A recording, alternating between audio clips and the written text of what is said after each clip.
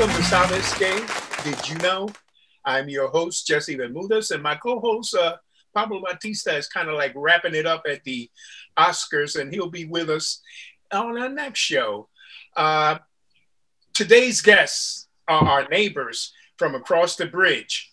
If you go across the Ben Franklin Bridge in Philly, you'll be in Camden, New Jersey, where you will find these two artists who have put Latin music on the map, starting their careers in the late 60s and middle 70s, with Latin music exploding in New York City, and Philly was following that trend. Please welcome to Sabes Que, Jimmy Lopez and Tony Perez. Welcome, guys.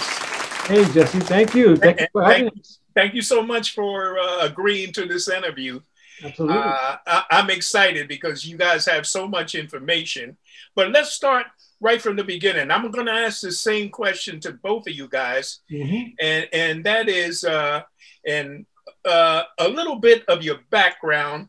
When did you get interested in being part of the Latin music scene? And I'm going to address you first, Jimmy, and then you, Tony, okay? Okay. Well, Jesse, thank you again. And really, I want to thank you for all the years of hard work that you put into our Latin community here. You've always been the fighter for us, you know, and since AMLA days, and, you know, we've always, you know, crossed paths in different venues. So I have to thank you for all the work you've done for us. Mil gracias, gracias. I'm humbled. and as far as my career started in the 60s. You know, when the Beatles came out, you know, of course, like everybody else, I became a Beatle fan. I wanted to play guitar, whatever. But then, you know, I lived in East Harlem. I was born and raised in East Harlem. And that's where, you know, Joe Cuba was going on, and Pete Rodriguez, Johnny Colon. That's my first introduction to salsa, you know, listening to those guys, you know, back in the late 60s. And then I fell in love with it, just kept buying records and listening and learning from the masters, you know. Tito Puente. My father had a lot of Antonio records with Arsenio Rodriguez and Perez Prado, all those guys. So that was my start into Latin music. Wow. But at the same time, I kept my, you know, my R&B roots and Beatle roots and all that stuff. You know, it's hard to get rid of that, especially if you're exposed to it coming up as a young man. You know. Yes, sir. Yes, sir. Tony, how about you? Give me a little rundown on you, Tony. A little background would be I'm born into a Christian family, right? And yeah, and my first exposure to the music in general was in church, of course, in the choir and all that. But when I started evolving, getting more into a teenager, I started working on a little sextet called Orquesta Viequense. It was a sextet. I was like 13 years old.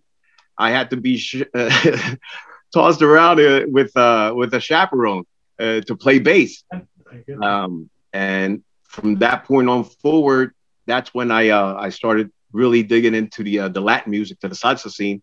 You know, I could make my little $25 here, $35 here back in the day, man. And I used to go I was 13, 14 years old. I didn't resemble that. I looked much older. I looked like I was 18, 19 years old. And we're walking into these clubs or to a Sweet 16 or a wedding. They said, that guy looks young. I said, no, he's got to be an old cat because he's with these other guys as well. So I never got bothered as far as the age. But that's how I started, with a sextet, then an orchestra, and then on forward. Well, you two guys were part of, if I'm not mistaken, Los Caballos De La Salsa? Yes, sir. That's correct. Talk a little bit about that.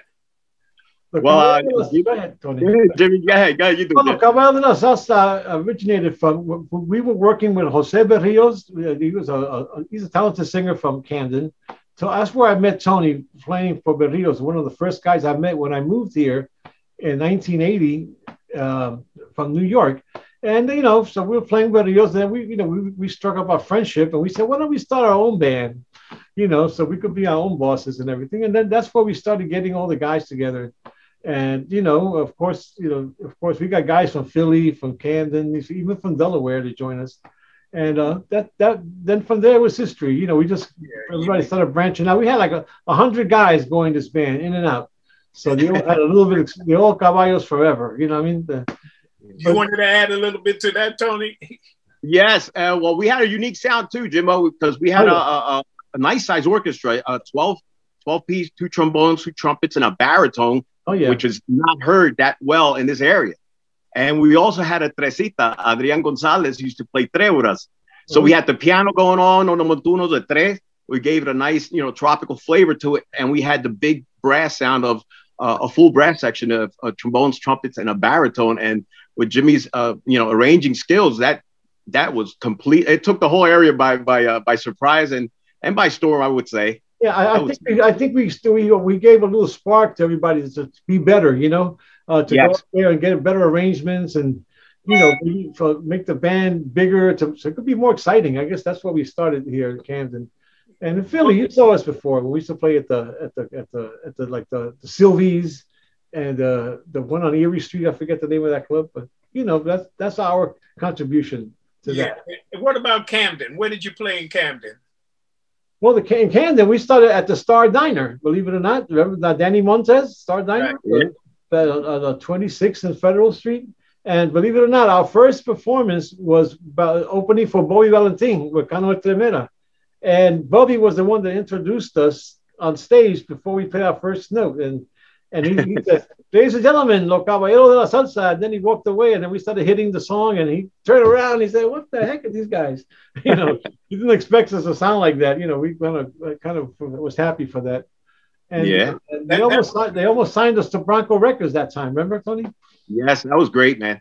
Yeah, that was a great moment for us, Valentin, imagine. That was a spot where everybody that when they went to Camden went to perform. Am I not mistaken? That's correct. Oh yeah, Star Diner was the place to go in that area. It always, that and Sylvie's was really one of the top places. But in Camden, I would say the Star Diner. There was a place called Flamboyant and another couple smaller spots. But the Star Diner, that was the talk of the whole area here in the East Coast. And then, the Star Diner eventually evolved into the Showplace, which was on Admiral Wilson Boulevard, the old Sears building. Danny Montez transformed that into a great nightclub. We opened up for Hector Lavoe there, and you name it, we were there.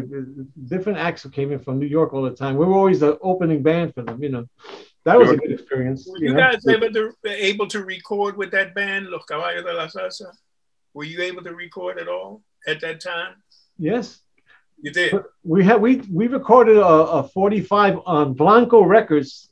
Blanco Records is a Philadelphia little company that from what's the name, Tony? Blanco, yeah. Yeah, Blanco. The lady's name, the owner of the company. But we did a 45 with Ray Sabah, the singer from from Ray Barretto. He was singing with us, But they never went anywhere, because we're like here, you know what I'm saying? Yeah, it was mostly for us, so. It wasn't easy in those days neither. I mean, not like it is now, I'm watching you, Jimmy, and you have all of this recording stuff in front of you. It's like, whoa. This is where I live. And in the 60s. The 60s, that had pencil and paper. You know what? And you had Marty Scheller on a couple of weeks ago. And if you watch the show, Marty, you remember, you pointed me to the right pencils, the right score paper. He showed me the route. He showed me all the tools I needed to arrange. And he said, "Get out of here." I used to go to his house in Co-op City back in the 70s to get tips on what to use for arranging. That's who started my career in arranging. The great Marty Scheller, he says, "Oh, that was important." Yeah, he's an awesome arranger, composer, musician, you name it, and Marty has done it all. Oh yeah. Now, I guess there's not too much of anything now happening in Camden in the sense of performing places. No, there's nothing happening in Camden. All of that kind of like disappeared. It's almost like Philadelphia. We had so many places where the artists performed, and then all of a sudden they started disappearing.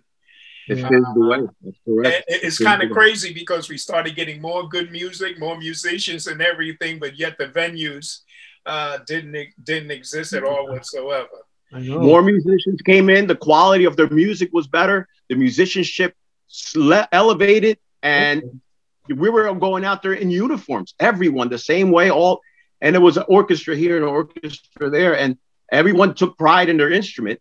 And like you said, it was level. It was getting there to a high level. Even local artists started recording more, and competing.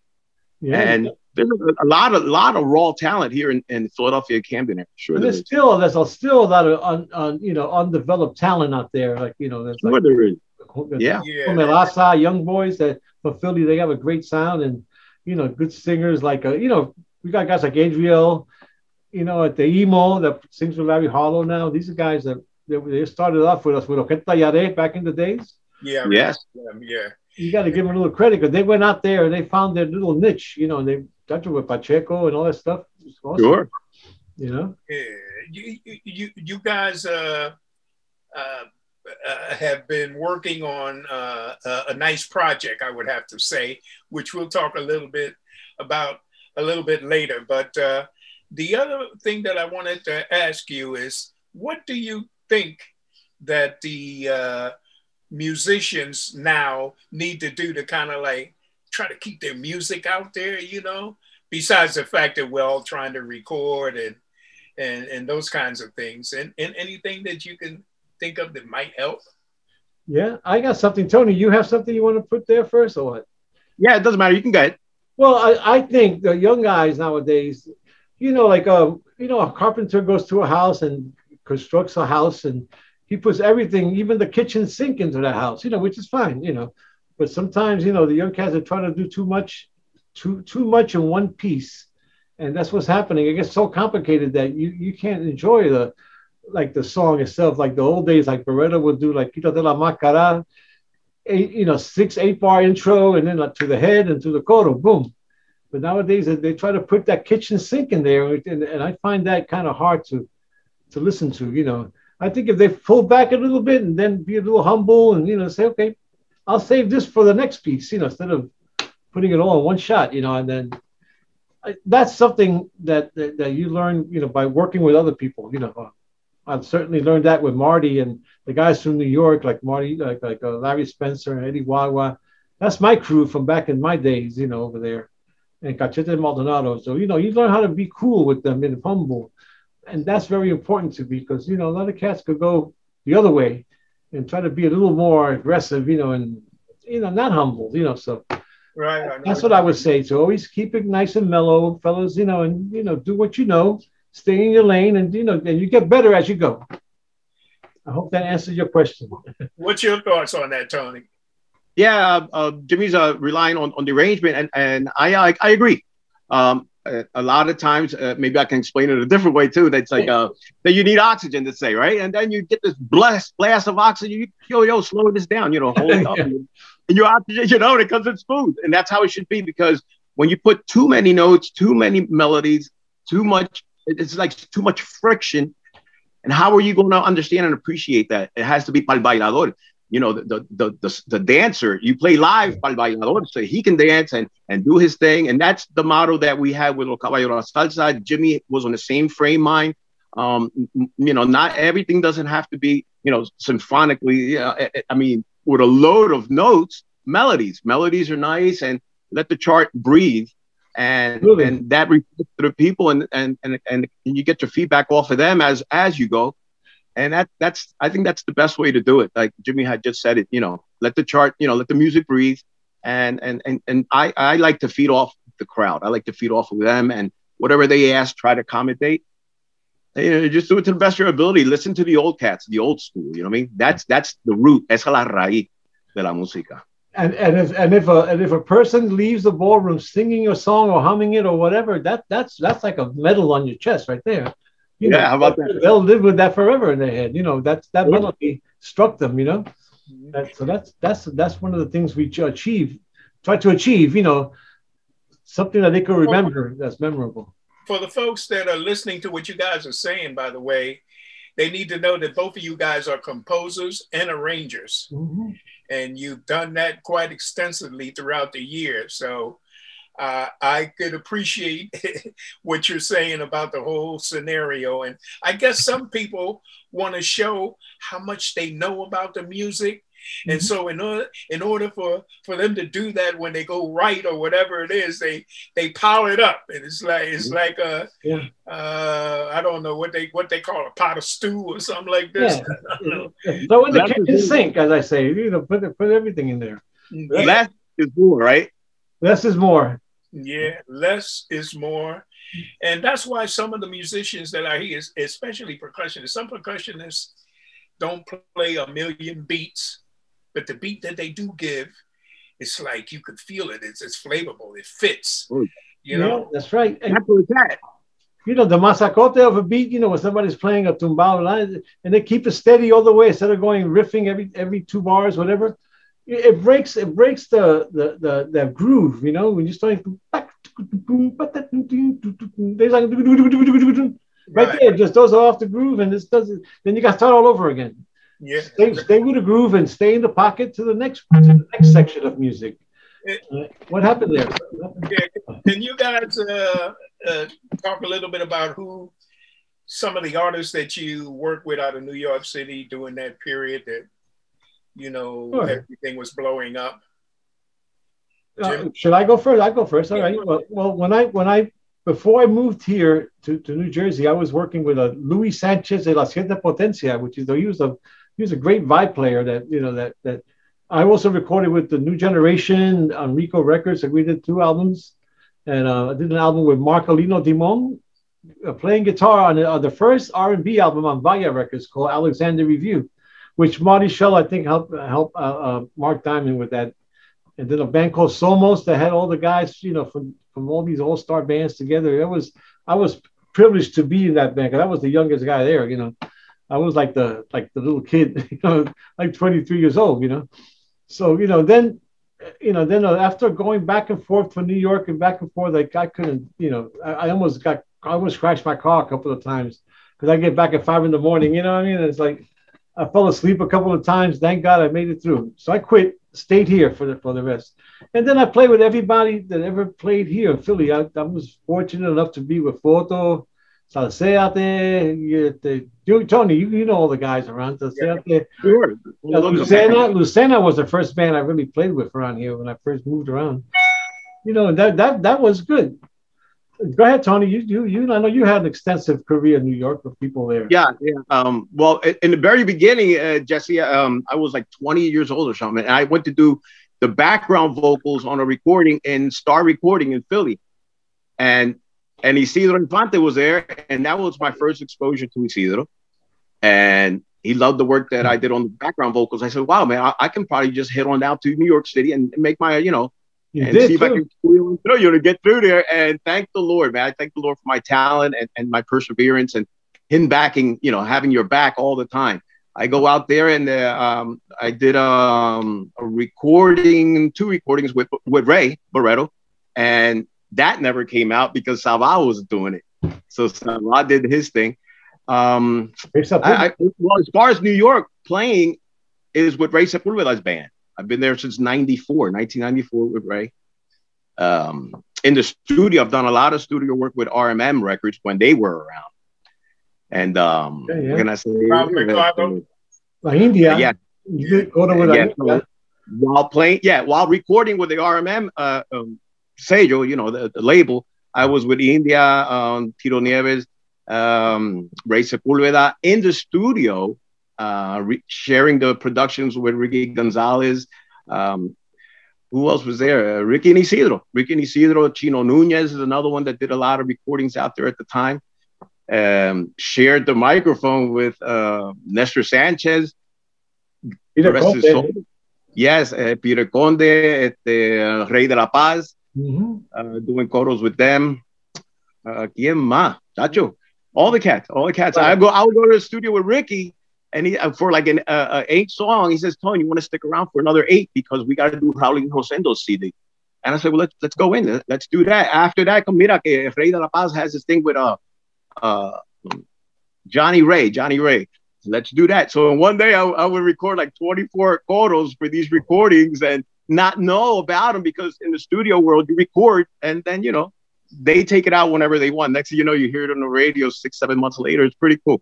And you know what? I could hear Tony's voice in any coro that he ever did in any record. I could pick his voice out of anybody. You always had that. You had to hear. So distinctive. That's kind of ear, right? Yeah, his voice is like I know his voice. I could hear it in a crowd of 1,000, That Tony, I'm proud of him for doing all that stuff. In Puerto Rico, I was doing coros with Tito Allen, De Chegui Ramos, rest his soul.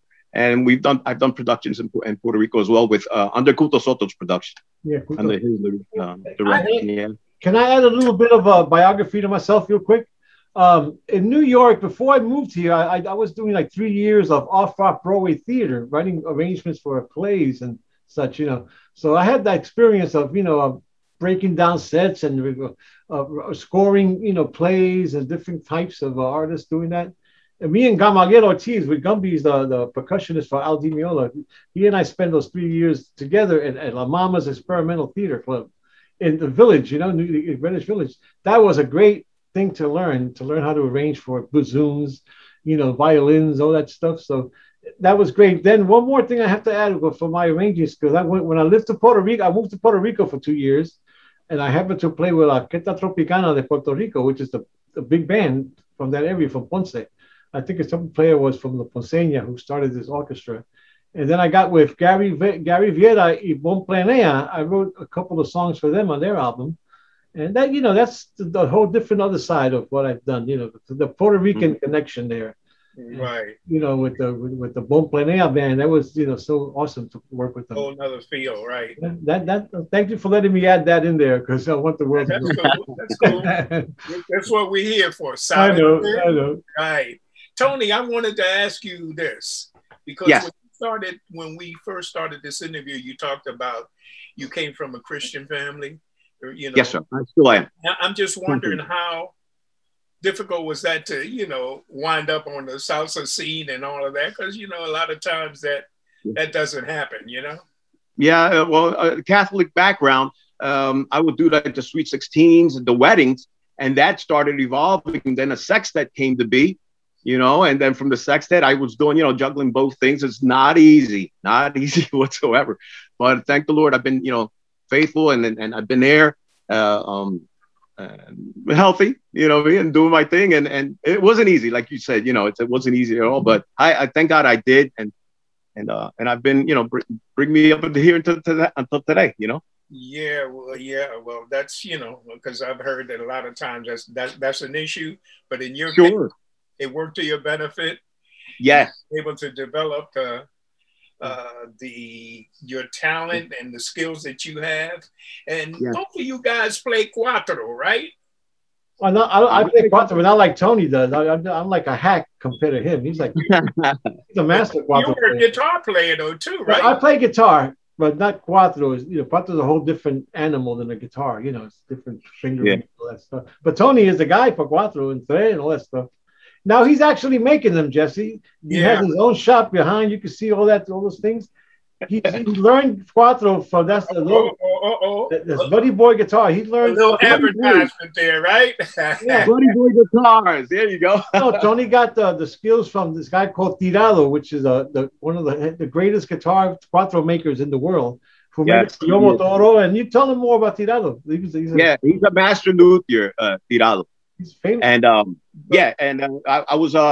had retired from my day job because doing the music by itself is kind of difficult to do. You have all these payments, you got a family to raise, you need the steady income, you need your benefits, right? So thank God I retired from my job, and then I went over there one day to take a friend of mine who wanted to buy a clock, and he tells me, Tony, what I met him when I was 13. He said, Tony, what are you up to? And I told him.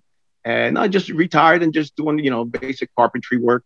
And he says, how would you like to learn the skill? And I said, I was like blown away. I said, really? I said, I'm in South Jersey, man. You're in Delaware. And he says, well, if you want, I'll teach you. I want to teach you from my heart. He tells me, I said, if you're going to teach me, Nate, his name is not Tirado, I want to learn how to do the instrument the old Spanish way, the traditional Spanish way, bending the wood on the flame, bending the wood and putting. I don't want to learn the least amount of tools, the better it is.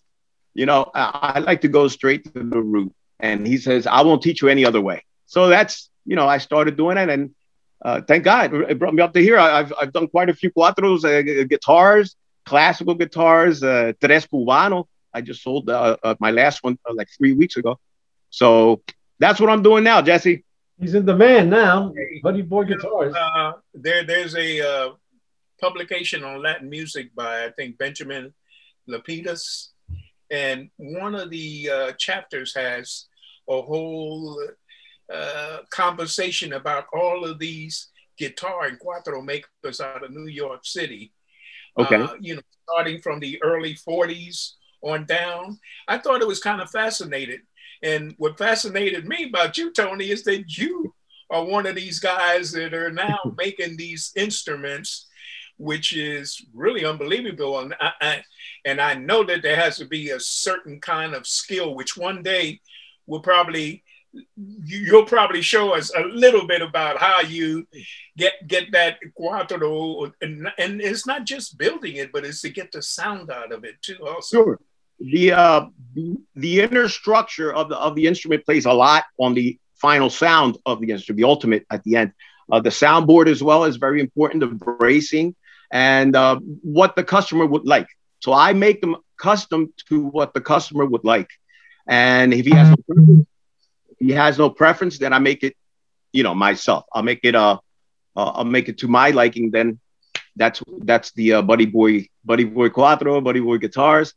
The tres. I was fascinated by the sound of the cuatro when I was a little kid. I was 8, 10 years old, and my father's a trovador. He sings jíbaro music, and that's how I started my aguinaldos and playing. My skills started evolving through the música campesina, you know, the mountain music. Wow. And that combined with some Willie Colon, Boy Valentin, Willie Rosario, that's when I started getting more into my bass.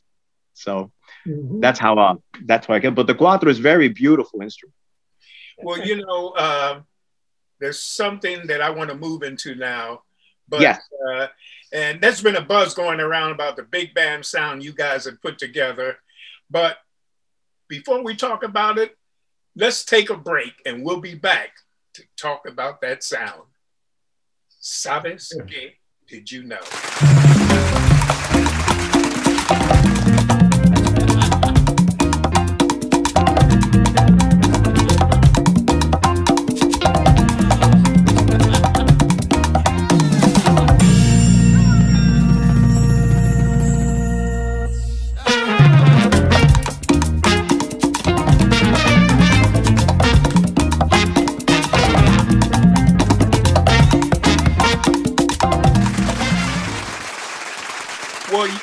Back to Sabes Que, did you know? And my guests today are Jimmy Lopez and Tony Perez.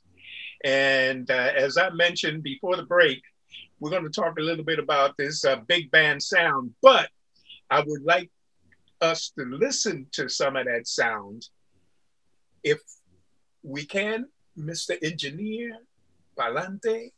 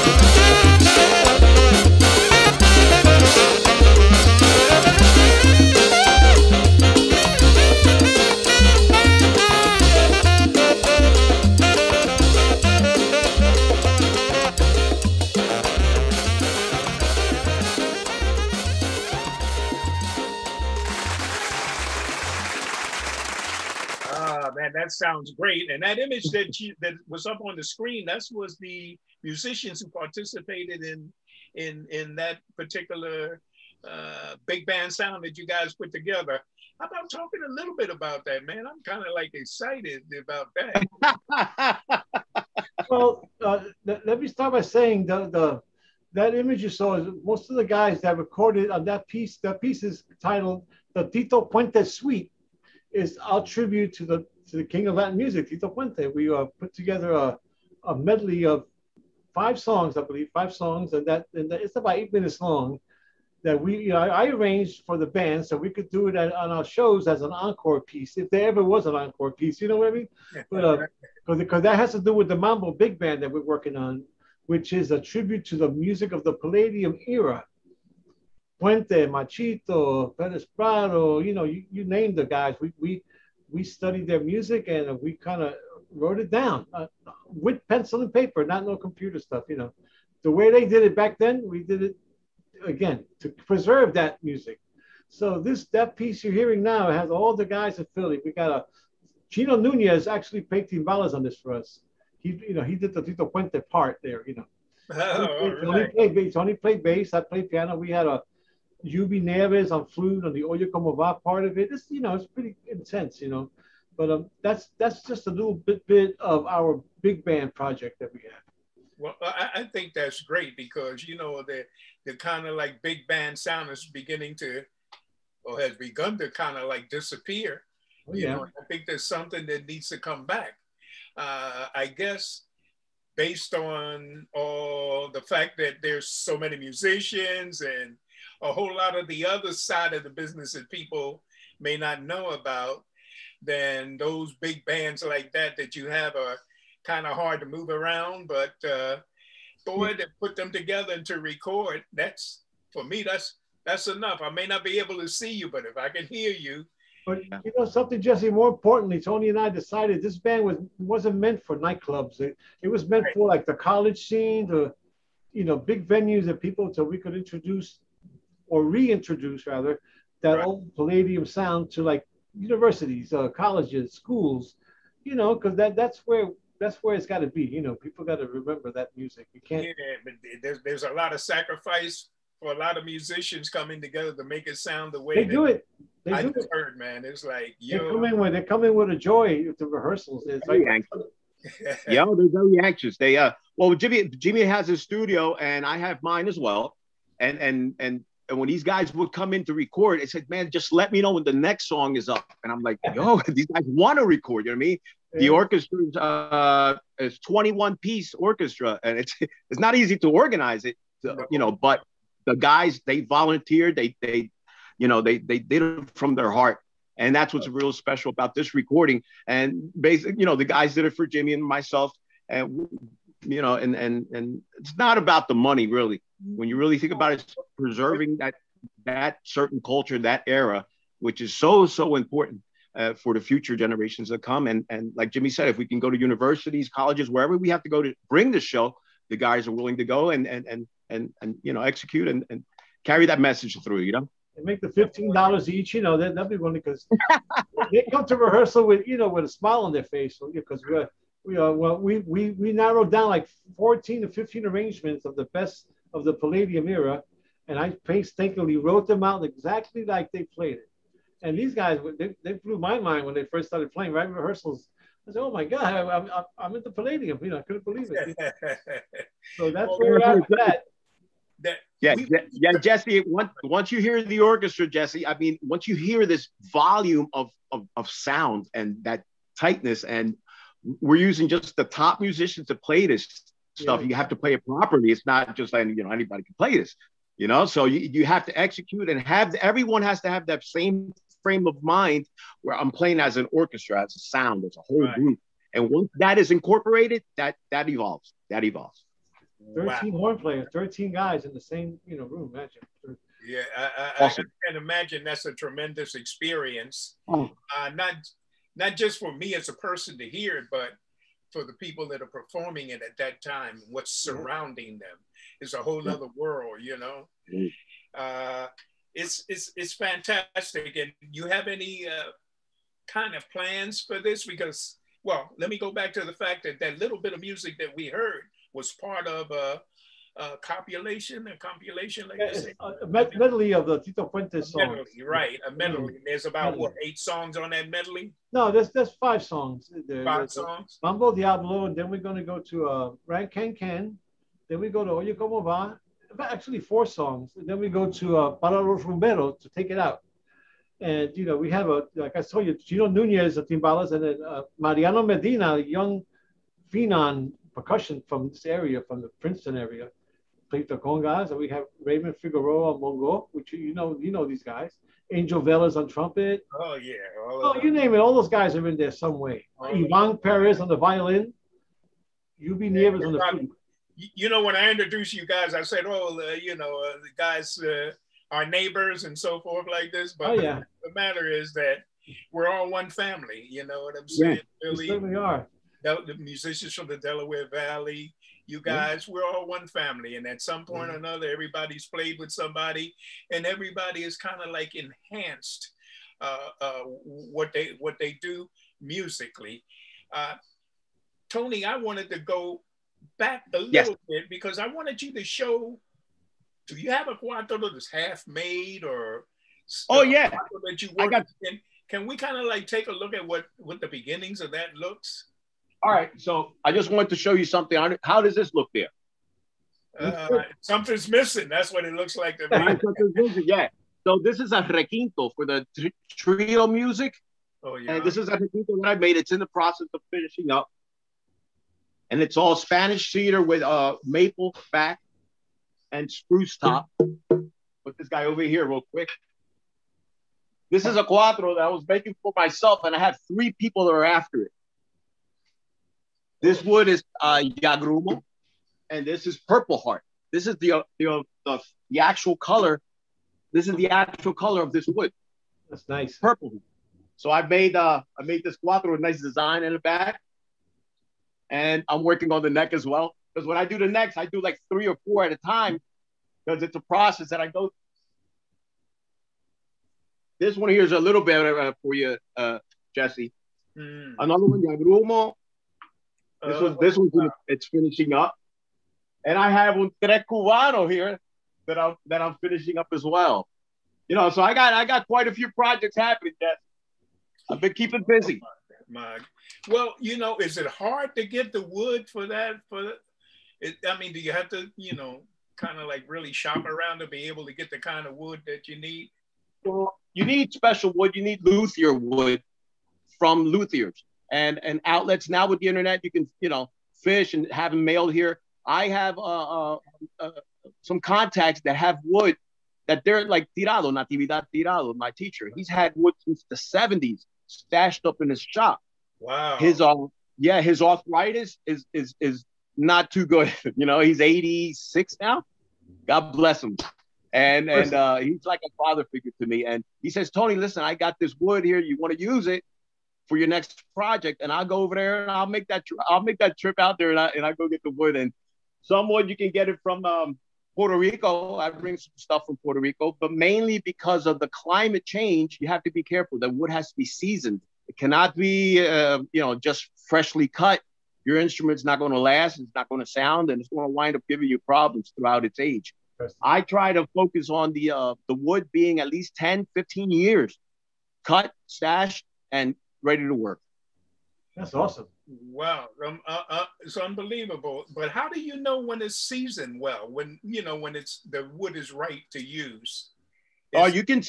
You'll know by the color of the Yagrumo. This is another one that I made.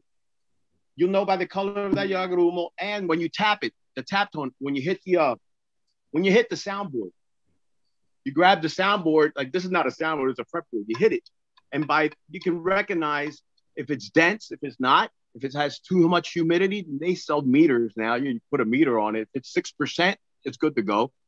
You know, and plus the source that you're getting it from. That's a main, really important thing. The source where you're getting it from.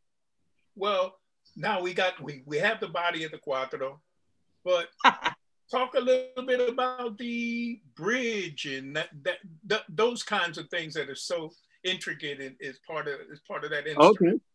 Well, this cuatro I made with Puerto Rico wood. Okay, this is a cuatro that I've made. I don't know if you can see it on the screen there, but it has a yagrumo, tapa de yagrumo.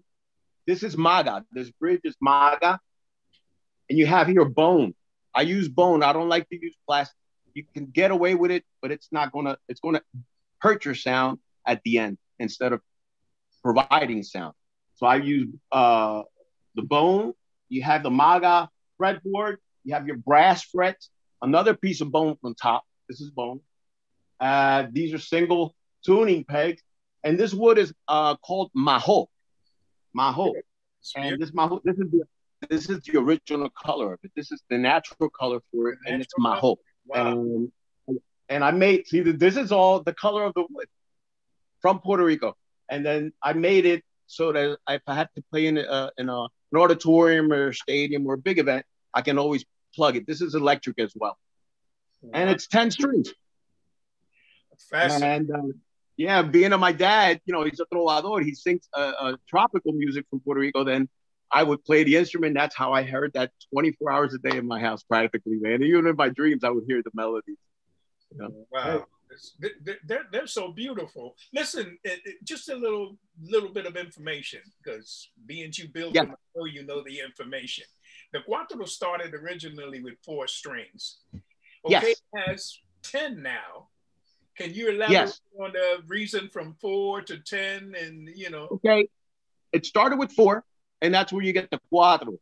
Then they added a 5th one on there. And that was the cuatro from back in, I guess, early 1900s, late 18, early 19. And then they went to this 10 string. What was happening was the cuatro would go to these parrandas, you know, to take music to people. And, you know, especially the Puerto Ricans, they go out there with the guidos and the drums and the clapping and everyone. You couldn't hear the cuatro because in those days they didn't have it plugged in. So someone and said, let's put double strings on it. So now you got 2, 4, 6, 8, 10. So now the instrument has more volume, and that's how we have a 10-string instrument that we know as a cuatro. Because the sound, when everyone would be playing in the houses and clapping and playing guitars and drums, the instrument would be drowned, you know? So with the double strings, double course of strings, it gave itself some volume. Wow. Jimmy, what got you started with a cuatro? Must have been. Let me tell you, I don't play cuatro like Tony does. I just fiddle around with the cuatro, you know. But I play 6-string guitar mostly, you know, like R&B, you know, James Brown and, you know, whatever, some jazz and stuff like that. But that's a whole different art than playing 6-string guitar, you know, like. Yeah. So, I mean, I admire cuatrita like Tony because you got to have the right fingering for that. It's not like playing a chord like in a 6-string guitar, you know. But you know, that's something I don't go to that lane. that's a specialized world right there with the cuatro and everything, you know. But both of you guys play bass, don't you? Yeah, I play bass. Yeah. I play bass. You know, we do. That's when we have to play bass. So when a bass player don't show up, you got to go and do it. You know. Many times I had to switch bass because nobody played bass, you know. Yeah, I went to Settlement Music School in Philadelphia, and that's where I graduated from my bass, and playing the cuatro from you know, La Tuna de la Alegría. I was on there for over 30-something years in that group, and I was 2 cuatros, guitars, bass, and that group was very well known here in the South, in the tri-state area, and then guitar as well I play. And the bass, of course, and the cuatro strings. You know, and my teacher at the beginning was this company called Simone and Petey on a Boston Post Road in the Bronx, where you play the Ventures. Remember those Ventures? I mean, all those songs like. I mean, that's to this day I still know those songs. It was like, you know, Wipeout. You know, that's how you start. You got to start somewhere. So we learned how to do those little cheap songs. But a cuatro, I don't know what Tony learned how to cuatro, because that's got to be passed down from a cuatrita to a cuatrita. You know, they don't have books. I mean, they have books now, but they didn't have books then. And I learned, it was all ear, oreja. Yeah. El Maestro David, Mazo Rivera, Nieves Quintero, and played play those records back and forth, back until you learned it all. And then I adapted, Jimmy, the classical bass positions on the bass cuatro, because it's tuned in fifths.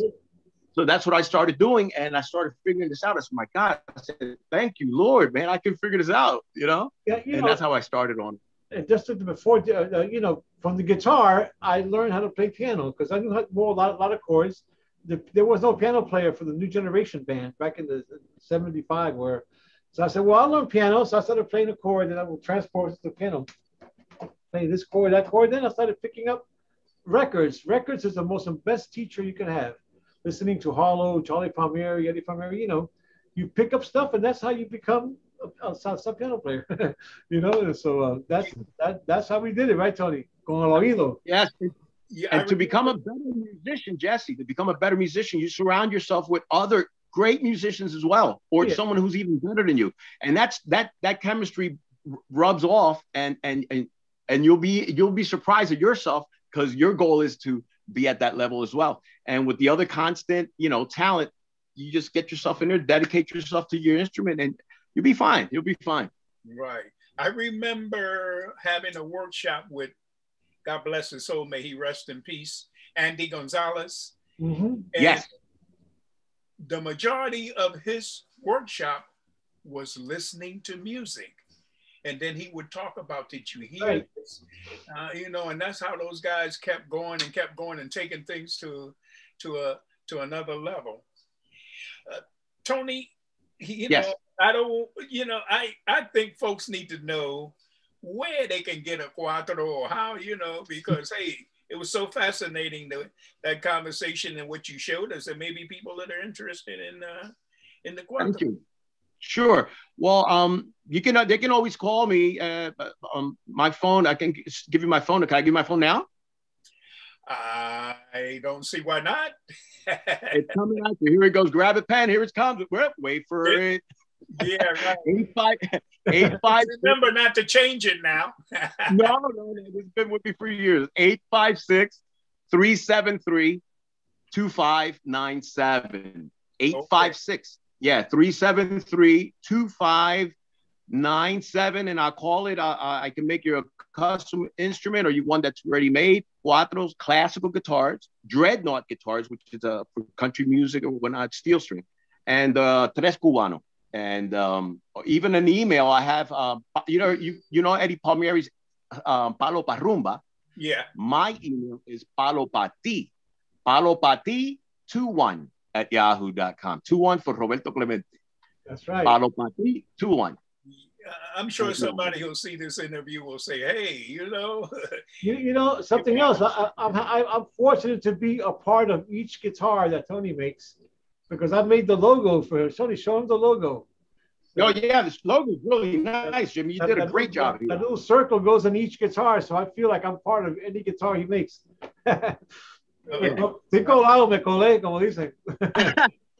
Jimmy's multi-talented with photography, videography, arranging. Keep busy, Both of you guys are busy. Let me tell you. Wow, unbelievable.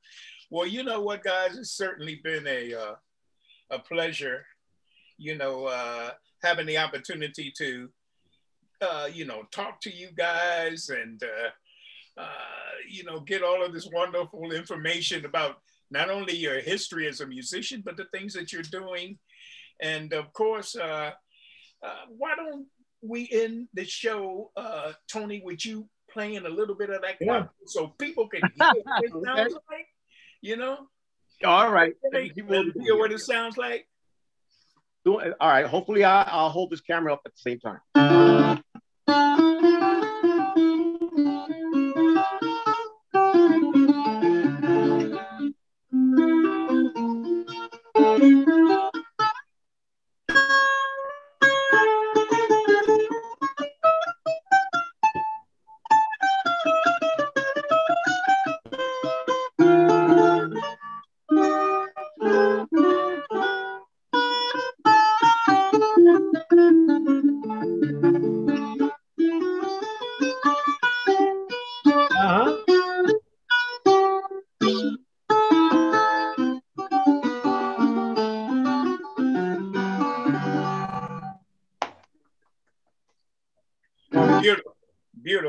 while the folks got an idea what a cuatro sounds like, because there may be a lot of people that, woo, what is that instrument? It's beautiful, but what does it sound like?